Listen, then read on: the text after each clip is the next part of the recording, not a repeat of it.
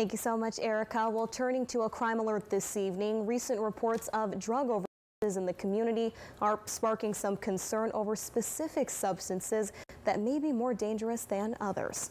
Our very own Courtney Aiken is in our Digital Operations Center with more information. Good evening, Courtney. Well, good evening, Taryn. Officials are seeing drug overdoses making a significant impact on our community. Today, I got in touch with both law enforcement and addiction specialists to find out who is being impacted and what drugs are involved.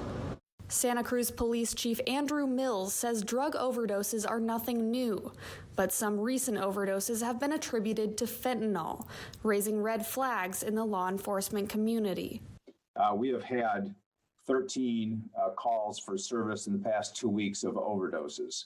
Of those 13 calls for service, 4 were fentanyl related that we know of for sure. 5 were unknown, 2 were alcohol, and 1 was mushrooms, and the other one was THC. Fentanyl is a potent synthetic opioid that poses a higher risk for overdose than other similar substances.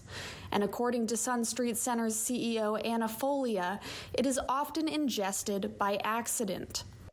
The fentanyl is coming from so many different places illegally and is being laced in all sorts of drugs, so you don't have to be an addict to overdose and die from fentanyl. For this reason, experts recommend that everyone keeps a supply of Narcan on hand. This can save a life in the event of an overdose. It's so simple to use it. It's really just, snorting a little spray up your nose. That's as simple as it is. And you can bring someone back to life. That's how easy it is.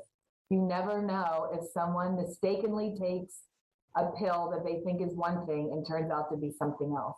Places like Sun Street, along with hospitals and even law enforcement, have noticed a positive impact through distributing Narcan.